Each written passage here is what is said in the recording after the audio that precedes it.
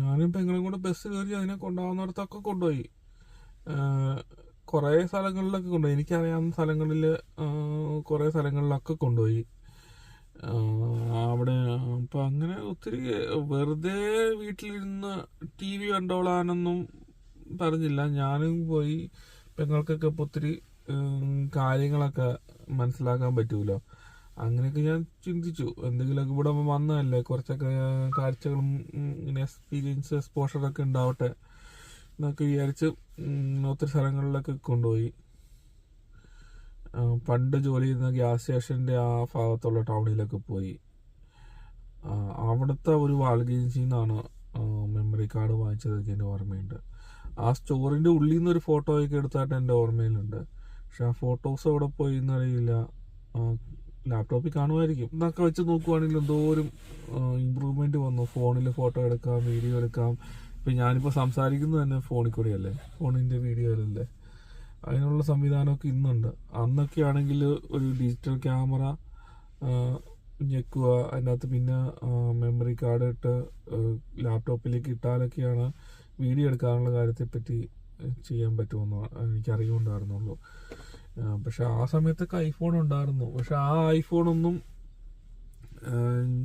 ഞാനങ്ങനെ ശ്രദ്ധിച്ചിട്ടൊന്നുമില്ല. ഞാനങ്ങനെ ആൾക്കാരുടെ കയ്യിലിരിക്കുന്ന ഫോൺ ഏതാണെന്നൊന്നും ശ്രദ്ധിക്കുന്ന ഒരാളല്ലായിരുന്നു. പിന്നെ പല ആൾക്കാരും ഫോൺ ഇപ്പം അങ്ങനെ നമ്മളെ കാണിച്ചു തരാനൊന്നും ഉണ്ടായിരുന്നില്ല. എൻ്റെ ശ്രദ്ധയിലൊന്നും ഐഫോൺ അന്ന് പെട്ടിട്ടൊന്നും ഉണ്ടായിരുന്നില്ല. പഴയ മോഡൽ ഐഫോണൊക്കെ ഞാനിങ്ങനെ പടം കണ്ടിട്ടുണ്ട്. ആ പടത്തിലുള്ള ഫോൺ എൻ്റെ ആരുടെയും കയ്യിലിരിക്കുന്നതായിട്ട് ഞാൻ ശ്രദ്ധിച്ചിട്ടില്ല. പക്ഷെ അന്നൊക്കെ ഞാൻ ഈ പറയുന്ന 2009 ഐഫോണിലൊക്കെ ഫോട്ടോയൊക്കെ എടുക്കാമായിരുന്നു. പക്ഷെ എൻ്റെ കയ്യിലൊന്നും ആ ഫോൺ ഉണ്ടായിരുന്നില്ല. എൻ്റെ കയ്യിലുണ്ടായിരുന്നത് ആകെ ക്യാമറയൊന്നും ഇല്ലാത്ത ഒരു പഴയ ഫോണായിരുന്നു.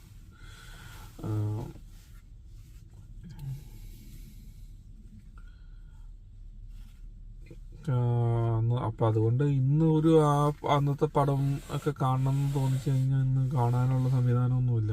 പക്ഷെ ഐഫോണിൽ എടുത്തിട്ട് മെമ്മറി കാർഡിലെങ്കിലൊക്കെ നല്ലപോലെ സൂക്ഷിച്ച് വെക്കുകയാണെങ്കിൽ നല്ലതായിരുന്നു. പക്ഷെ അങ്ങനെ ചെയ്യാൻ പറ്റിയില്ല.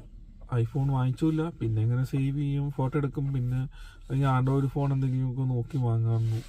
ഞാനൊക്കെ ബെസ്റ്റ് ബൈയിലൊക്കെ കറങ്ങി നടക്കുന്ന സമയത്ത് ആ ഫോണിൻ്റെ സെക്ഷനിലേക്കൊന്നും ഞാൻ പോയൊന്നുമില്ല. എന്തുകൊണ്ടാണെന്നറിയില്ല. ഞാനിങ്ങനെ കുറേയൊക്കെ അതും ഇതൊക്കെ ചുറ്റി നടന്ന് കാണും, ലാപ്ടോപ്പൊക്കെ കുറച്ച് നോക്കും, എന്തൊക്കെയോ കാണുന്നു. പക്ഷെ അതൊന്നും കാണിച്ചു തരണോ, ഇതിങ്ങനെയാണെന്നോ സംശയം വന്നു കഴിഞ്ഞാൽ ചോദിക്കാനോ ഒരാളുമില്ല. നമ്മുടെ ആ ഏരിയയിലൊന്നും അങ്ങനെയുള്ളവരാരും വരില്ല. ഇപ്പം നമുക്ക് പുതിയ ആൾക്കാരാന്ന് അറിയുമ്പോൾ തന്നെ ആൾക്കാർ മൂടി മാറിപ്പോവാനായിട്ട് ശ്രദ്ധിക്കുന്ന പോലെ എനിക്ക് തോന്നുന്നത്. ഇപ്പം ഇവിടുത്തെ ലോക്കലായിട്ടുള്ള ആൾക്കാരെയൊന്നും അധികം പരിചയമില്ല. ഇവിടുത്തെ ലോക്കൽ ആൾക്കാർ നമ്മളിപ്പോൾ തൊട്ടടുത്ത് താമസിക്കുന്നവരോട് പോയി അങ്ങനെ മിണ്ടുന്ന ഒരു പരിപാടിയൊന്നും ഇവിടെ ഇല്ലല്ലോ. നമ്മളൊന്ന് ഒരു അപ്പാർട്ട്മെൻറ്റിലൊക്കെ താമസിക്കുന്നു, അല്ലെങ്കിൽ ജോലിക്ക് പോകുന്നു.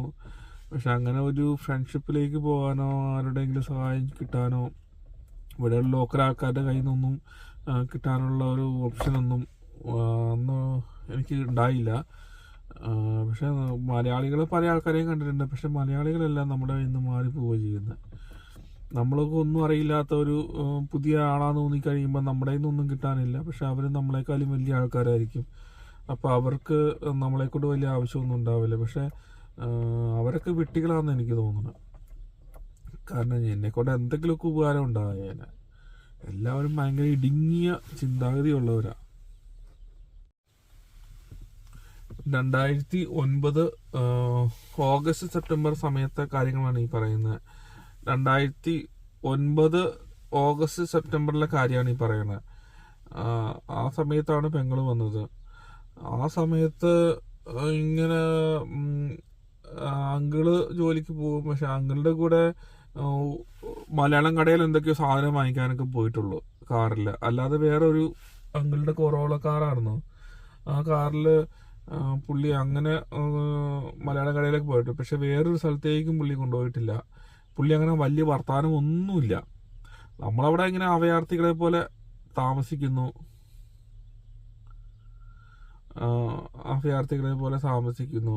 അവിടുന്ന് അങ്കിൾ എന്തെങ്കിലും ഒരു ചോറുണ്ടാക്കി വെച്ചിട്ടുണ്ടാവും, അതെന്തെങ്കിലും എടുത്ത് വിഴുങ്ങുന്നു, കഴിക്കുന്നു.